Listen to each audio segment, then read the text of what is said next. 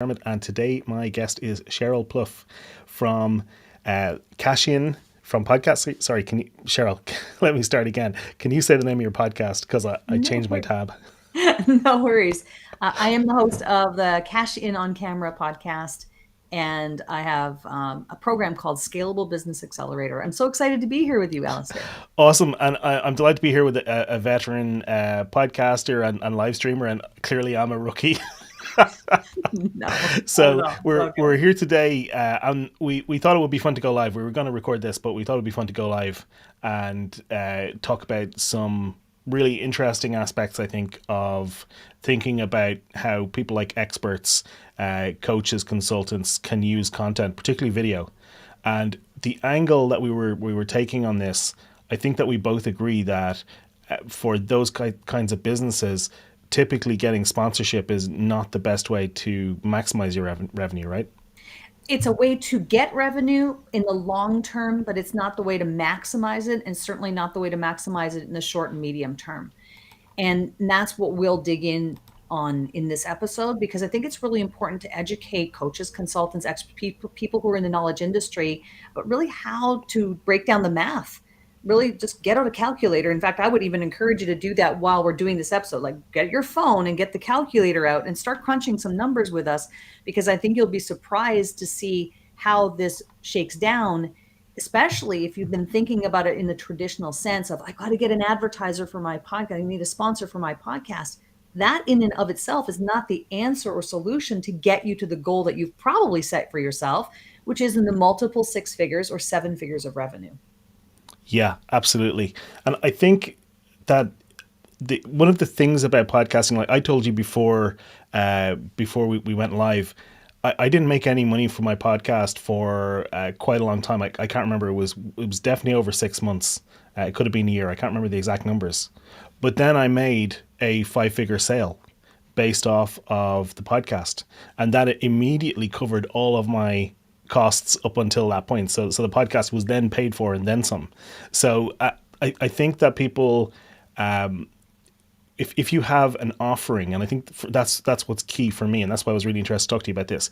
If you have an offering that is high ticket, that is high value, that you can present with your podcast, then that is what is actually going to monetize it in a way. And we say here in the title here, we say maximizing revenue, but that is what is going to actually make it much more profitable for you. So Yeah, is that your philosophy as well? 100%. And this is not typically what's being taught. What's typically being taught is start a podcast, stick with it, be consistent, build your audience.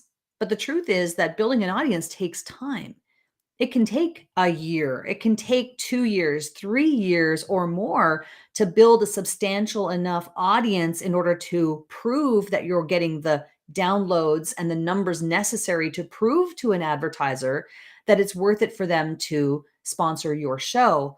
And then when that happens in 3 years from now, as you've been doing podcast episodes maybe once a week or even more than once per week without any revenue coming in because you don't have the right strategy, you get very disappointed in 3 years because the advertiser says, okay, great, I'm interested. You've proven to me that you have, 10,000 downloads per episode or whatever that number that is. And there are calculators online that you can actually go and check this out. And they'll say, great. What? And then you say, well, great. This is what are you going to pay me? And the advertiser says, well, if it's a 30-second spot, I'll pay you $18 for every 1,000 downloads. So now you start doing the math and you go, okay, so that's $180. That's a far cry from the 500,000 or $1 million revenue goal that you've set for yourself. So that's why the math doesn't add up, because, and if it's a 60-second ad, that's 60 seconds that you're taking out of your podcast to devote to that advertiser. They may be willing to pay, say, $25, maybe upwards of 40 on the very, very high end per mil, right? CPM. So it doesn't equate. And that's where I think a lot of podcasters, and when we talk about podcasting, Alistair, you and I both are proponents of video podcasting, right? That's what we're doing. We both do it. It's just we have to think about the math and have a better strategy to sell your own products and services. Yeah, what I find really interesting about this, and this is something that I think a lot of people are getting information from the wrong place. Because I think that if you're in the business to business, the B2B expertise space, the numbers are almost irrelevant. And what I mean by that is there's an example that I use sometimes, which is if I got 5 million people to listen to my podcast, would that be useful for me in terms of sales?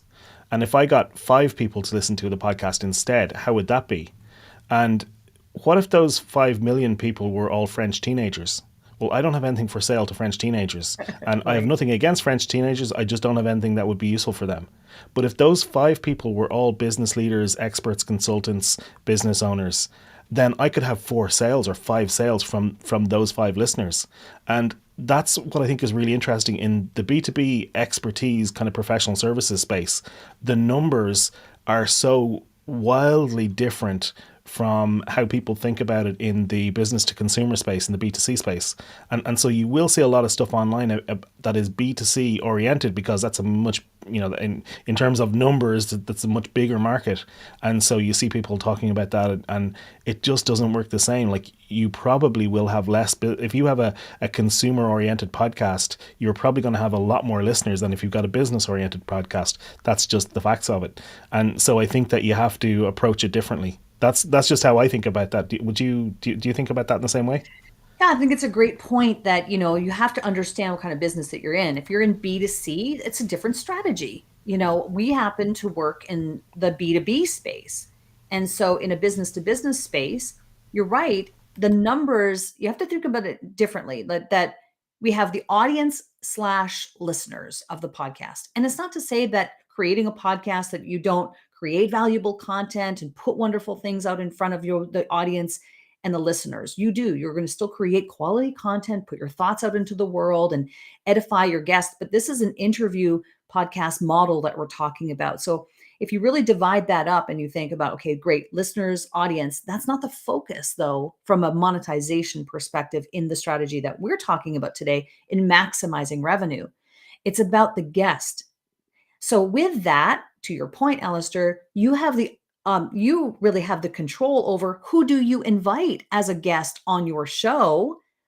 And so now you can hand pick and you can pick target, you can really targeted guests, people that you specifically want to build relationships with, and bring those people on as guests and have awesome conversations and valuable conversations to the benefit of what audience there is. And there's going to be an audience. But if we're looking to maximize the revenue, we want to be thinking strategically about who is about the guests, because they are the conduit to what you need to grow your business. And it's 3 Ps, and I'll be happy to share with you what they are. The 3 Ps are: is that guest highly likely to become either a prospect, highly likely to become a partner, and I'll break these down in a minute, or highly likely to become a platform where you can speak. So if you focus on, now, it's not to say that we're going out there and going, I got to get something. It has to be all about me. It's still coming from a service mindset. It's still coming from a goodwill mindset and a reciprocal type of mindset, right? We still want to bring that energy toward this strategy because it's not a selfish strategy. But as the person who's inviting someone onto your show, think about that. Think about, is this person highly likely to bring me either to be leading me to a prospect, a partner, or a platform? Because that's really where the monetization comes into play. Yeah, and this is something that's really interesting about podcasting because you can decide who to invite on as guests. You can decide not to have anybody as guests. You can decide to have your peers as guests. You can decide to have celebrities, in your space, and you can decide to have potential clients on as well. And I do think that I mean, for me, the purpose of the podcast always has to be business focused. The podcast has to serve your business. But ultimately, for a podcast to be successful in doing that, it has to serve the audience. And so I think that if you are doing that, you do need to think about, is this in service of the audience, and making it valuable for them as well. And 100%. Yeah. This and is not just about a platform that serves just you and your guests. There still is, you're still putting out great content. You're still doing valuable content on topics that matter to an audience. And there is still the potential to monetize through the audience, but we're talking today specifically about maximizing revenue. And the maximizing the revenue is coming through your own high ticket or premium priced products and services. There could still be a stream of revenue that comes directly through the audience and through the listeners, but we have to understand and that isn't going to be the bulk of what brings you to your revenue goals. Right. Okay. That's interesting. That's an interesting point. Because that is what I have found personally. That it is not coming directly from the listeners in that way. I have had outreach from listeners, and because the services that I'm offering are usually high value, high ticket services, I only need a handful of leads every quarter from the podcast in order for all of the effort to pay for itself, which is nice. But I think that it is really important to have that.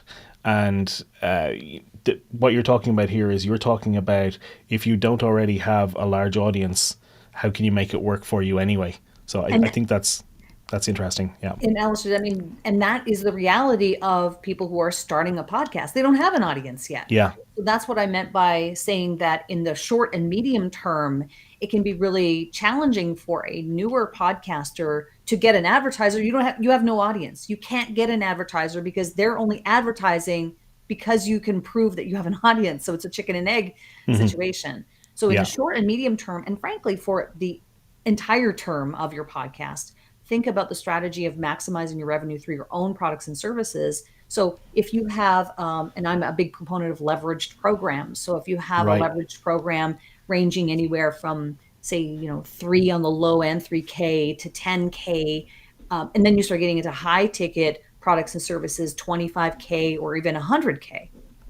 So you Right. start doing the math on that. And if your goal, let's say your goal is to earn 7 figures, I happen to be the co-founder of the 7-Figure Podcaster program. And so if you want to earn 7 figures with a business podcast, because we are talking about B2B here, with a business podcast, and you have a 100K offer, you need 10 people. 10, not Yeah. a million, 10. If you have a 25K high ticket offer and you want to earn 7 figures, what is that, like 40? Yeah, 40 people, right? And so you start crunching the numbers and you start realizing these are not gargantuan numbers that we're talking about. And this is why I feel like there's this transition, at least in my mind, from the social media, hamster wheel that we've just come through in the last decade of post, and a dance and all kinds of crazy things. So we can get, people to follow us. It's not about the followers. You can have 1 million followers, faceless people following you on Instagram. Good for you. You need clients. Yeah. So let's actually dig into that because I'm interested in knowing a couple of things. So how you think about, because I notice you use the word leveraged about your program. So how you think about what a leveraged program is, and then how you're actually getting those clients from that content. So how is the content actually creating the clients? So and I understand there's a part there where it's the relationship, and I think that maybe we need to address that. But let's talk about the offer, because I think that the offer is key, because if you don't have Yes. the offer, nothing else will work. You have to have the some sort of relatively high ticket offer in place before Yes. you do this, or at Yes. least start to develop it when you start to do it. Okay, so let's dig into that because it is important. You have to have an offer. How many times have I talked to people who are quote unquote in business only to find out there's no offer? So you have to have an offer to start with.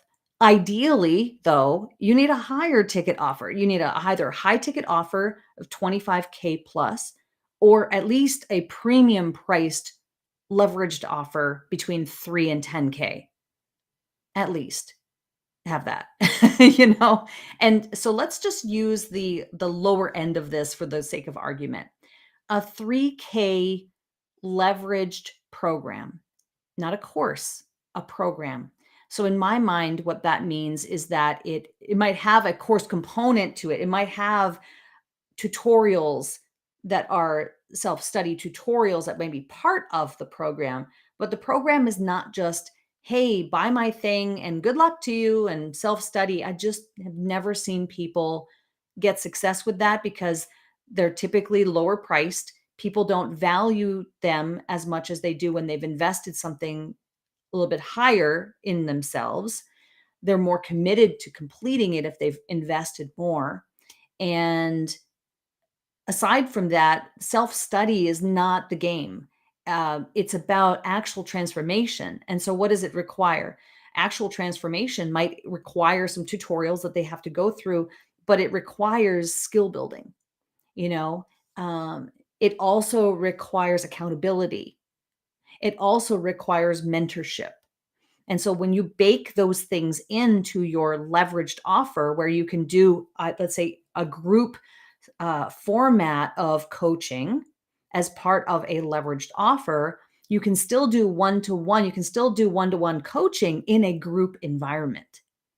And so now it allows you to leverage your time and energy to serve more people and still help them get the transformation that they desire and that they've invested in getting.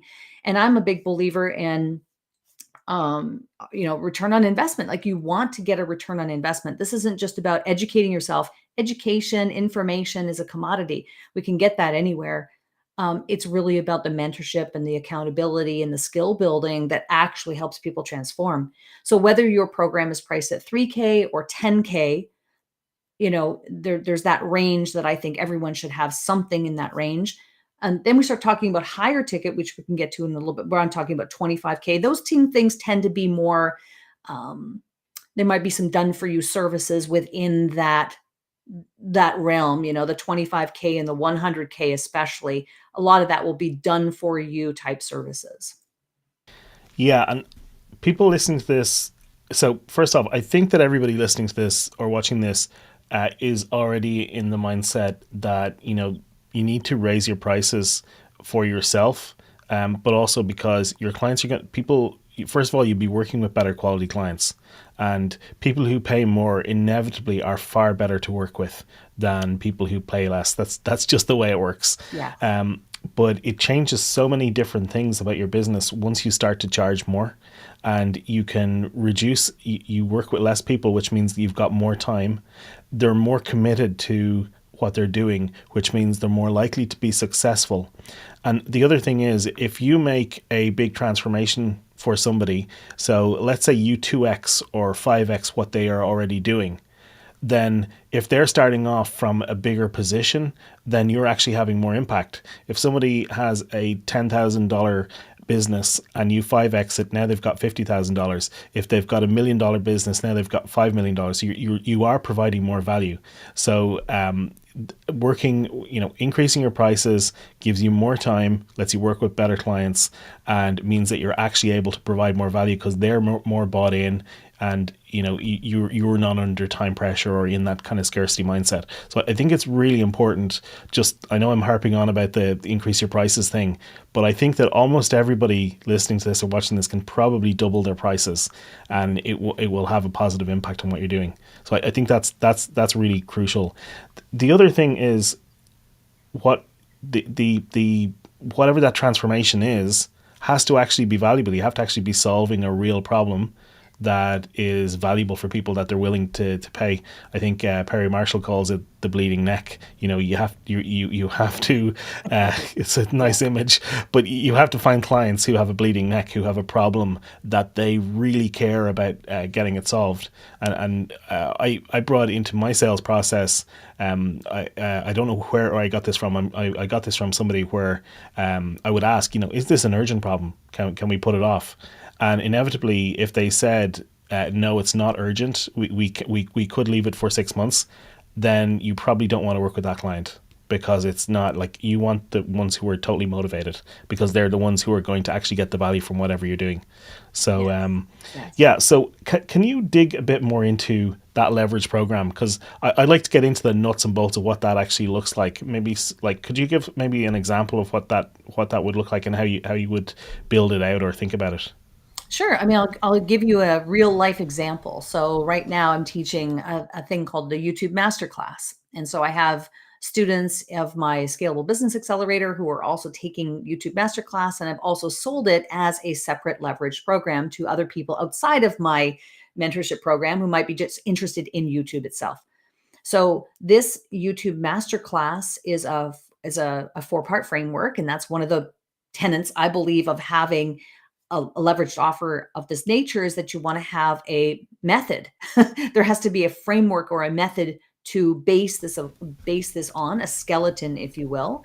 Now, I happen to be a big proponent of Kajabi. I love Kajabi as a platform for building out these types of leveraged offers because it's an all-in-one marketing platform, and there are others out there, but I've been using it for years and love it and have no reason or cause to move to other platforms. But there are other ones out there. And so what I do is I have a tutorial based aspect to the program that, and there's a reason behind it. It's not just because, well, but the reason is because it's video based and I want people to be able to go watch the tutorials and speed them up and play back at 2 times the speed if they want to go through it faster, or if they want to be able to review portions of it as opposed to it being taught live, they can go through and I need to watch that again. Let me rewind that. Oh, I see what she's doing. Oh, okay, because it's demonstrative and I'm showing my screen, screen sharing, etc. So there is a tutorial based aspect to it. And then I supplement that with weekly calls, weekly group calls, coaching calls, where each person gets one on one attention. And it's mastermindy in the sense that I encourage everyone to think about not just, does this apply to me, but how does it apply to me? Because chances are very high that as each person has a specific issue, it applies to all people in the group. So we record those calls, and then those are added in the tutorials for them to review at their leisure. So those are the main aspects of it. I also give people access to me to ask questions in a Telegram group. It could be Slack, it could be Telegram, some type of messaging platform, not social media, but that is independent of social media, and to be able to text me and ask me questions 24/7. And they have access to me for a specific amount of time in order to do that. So that's the premise of it. And it depends on what your offer development is. And that's one of the things I teach as well. But you want to be thinking about transformation. What is it going to take to get them from point A to point B? And the steps, the milestones that need to happen in between. And that's how you build out that program. Very cool. I think that one thing you mentioned there is particularly important. Is the development of some kind of framework or methodology or process. I think having something with your own branding, so it's your signature system, that differentiates you. And I think that it's important as well because then people understand, okay, she's not winging it. He's not winging it. He actually has a process that he goes through. And so it gives them reassurance as well that there's, for me, like I talk to people about this, it doesn't really matter what the process is so long as there is a process underlying there. Now, obviously, you want the process to be good, but I think it's really important that you have some kind of signature process. And branding and IP people will tell you that having that trademarked is a good thing to do, and because then you've got your signature unique process that only you have. It's your secret sauce, like the old McDonald's burger sauce. This is our secret sauce, and it becomes your secret sauce that nobody else can provide, and it also gives the reassurance that you've got that. So I think that is a particularly key ingredient, and it took me quite a long time to figure that part out. Yeah, I think that is an important part. And, listen, you might not have it dialed in perfectly when you're first starting. In fact, I would even argue mine right now, it doesn't have the sexiest name. I call it the 4P framework. I mean, it's just, it's pretty basic, but it still serves a purpose to give a framework to be able to say, these are the steps that we're going to go through so that as your students are going through your leveraged program, that they understand what stage they're at. And so that they can build upon that. They know, okay, I'm in this stage right now that I'm doing this so I can get to the next stage. And so they see progress as they go through the method. And I think that's really important. Now, when it comes to how are you actually selling it, which I think was the second part of your question, how are you then selling, let's say, that leveraged offer? And we just gave one example of what that might be at a 3K, level, 10K level. But doesn't matter if it's 3K, 10K, 25K, or 100K. Your offer needs to be sold. You need to generate leads, qualified leads for that particular thing that you do. And that's where video podcasting, YouTube, all of these things come into play in addition to speaking. Like at the core of a podcast, a video podcast, what is it really? It's a method, it's a way to speak. What is YouTube? It's you speaking on camera, it's you sharing your expertise, your insights, your knowledge, your stories through YouTube, right? At the core of it, it really is about your visibility and you getting out there and speaking about and positioning yourself as an authority, right? Authority at what you do. And so at the core of it, it's getting out there and being seen and sharing those messages, building that thought leadership so that people come to know you for that thing. Yeah, absolutely. And so obviously I'm all about authority, and I think that it's important because it's not just about creating, a kind of a glut of authority building content, but you do have to be strategic about creating the content that is actually going to result in sales, because it's very easy to create a lot of content around a topic that you're very passionate about that doesn't result in sales. And so I'd be interested to get your perspective on that. Well, I think it comes back to what I said earlier. I don't know that it's not always direct sales. Hmm. It's either prospects, partners, or platforms. So let me break that down. It can happen where you do a video podcast, either you host or you're a guest on someone else's, you're visible, you're out there sharing your expertise, and it results in a client right away. A prospect reaches out and says, you're my person. Something you said really resonated with me. Let's go and let's do this. And you get on a call and it leads to a sale. That has happened. Um, it's happened to me also where people see videos specifically on YouTube from 3 years ago and they just happen to fall on it now and they're like, you're my person, let's talk, and and it leads to a sale. So it can lead to a sale immediately. Prospects. The second one is partners. By partners I mean collaborations, joint ventures, um, affiliate relationships, commission-based relationships, promotion partners, strategic alliances. Those types of partnerships are so valuable. I might even argue maybe even more valuable than direct prospect lead, like direct prospects, because partners are long term. The other thing is platforms. So this is where you think about if it could be, and it could be all three, but platforms are places where you can speak. Now, in the premise of, let's say, a video podcast, your guest might have a platform of their own that you can speak on, but they might also know of someone or have access to someone who has a platform that you'd be ideal for and is willing to make that introduction. So sometimes it's not 1 degree, it could be 2 degrees or maybe more degrees of separation, but it's a connection nonetheless. So this idea of thinking about it not just as I got to get a sale right now, it's prospects, it's partners and platforms. This creates a flywheel effect of momentum in your business that really can help you to scale and grow quickly. Yeah, that's a great point. And I was just thinking about relationships there as you said that, because I think that's the underlying thing there.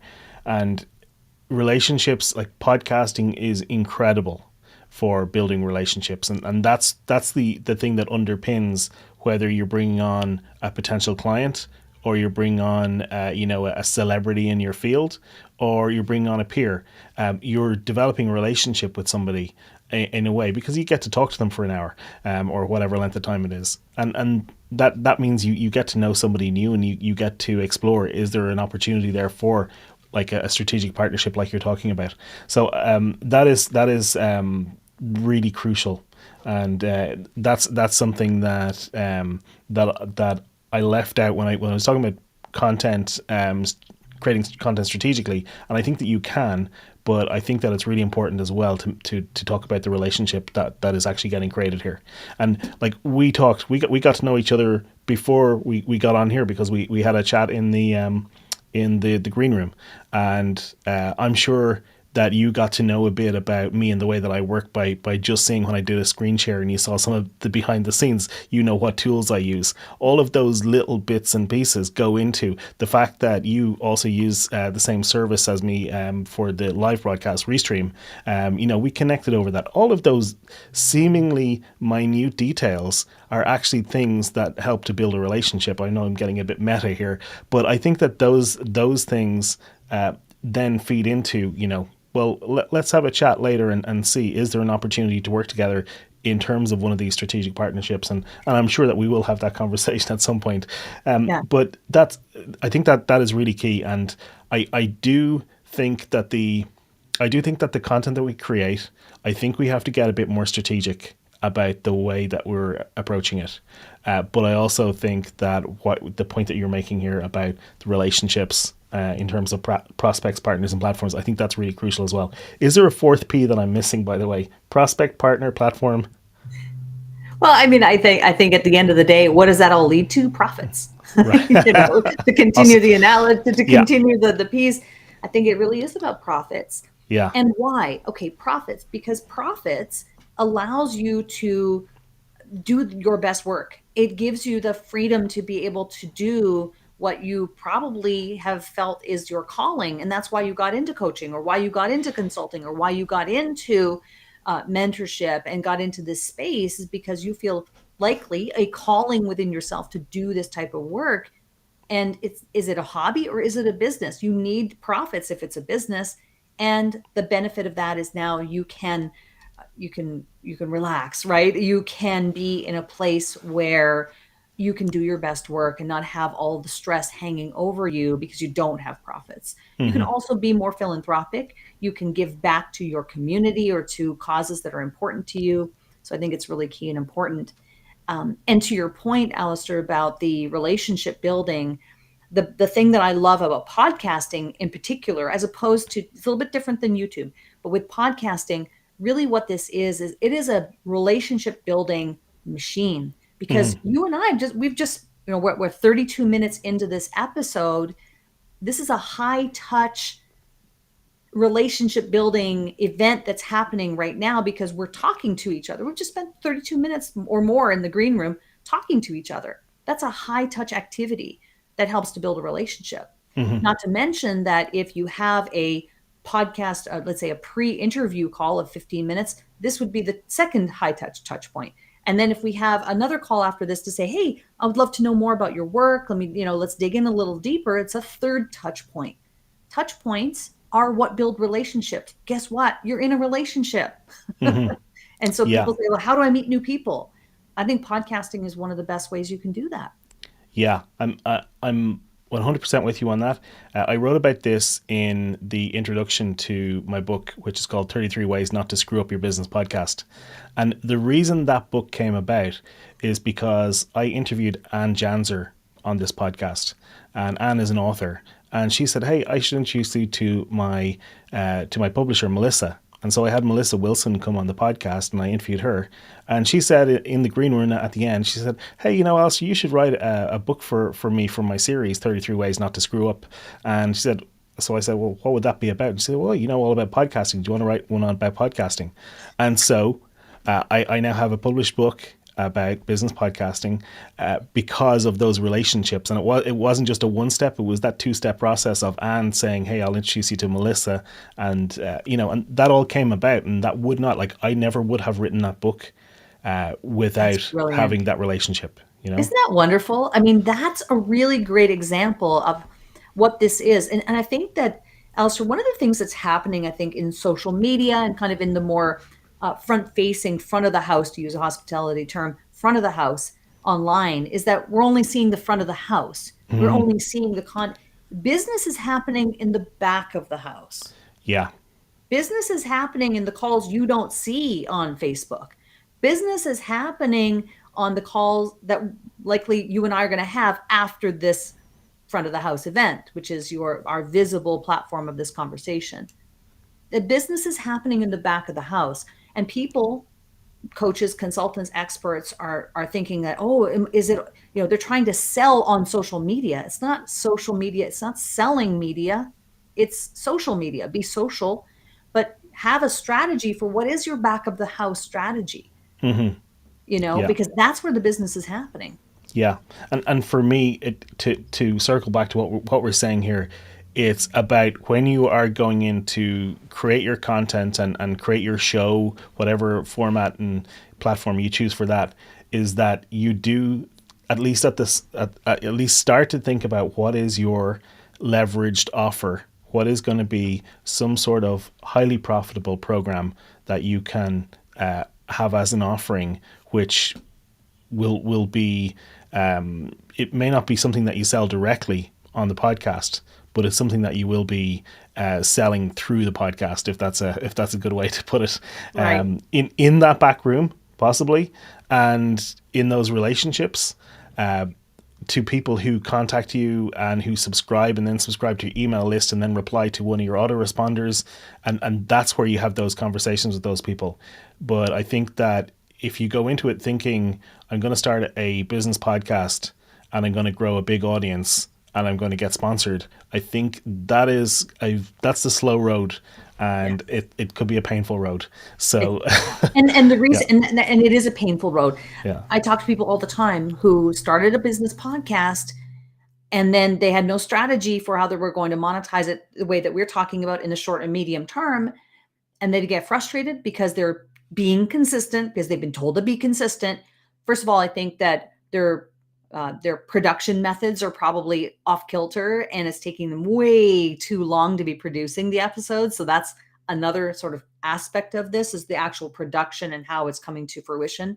But aside from that, there's no strategy for how to monetize it in the short term, in the immediate term. They get frustrated, they pod fade, right? They fade out. They just go, okay, I'm not seeing any ROI. I don't understand. Some people are even paying people to do their podcast, and they go, I'm putting out the money, but I'm not getting anything in return. And then they just give up. And they're giving up because they don't have a proper strategy to sell their own premium and high ticket products and services.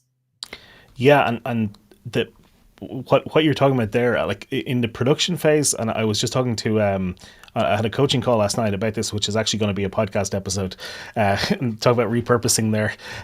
But I it was love it. about podcast production, and like one of the things I think that is key is to reduce friction as much as possible, to make it easy for yourself. So that is uh, so deleting things, unnecessary steps you don't need to do. So maybe editing.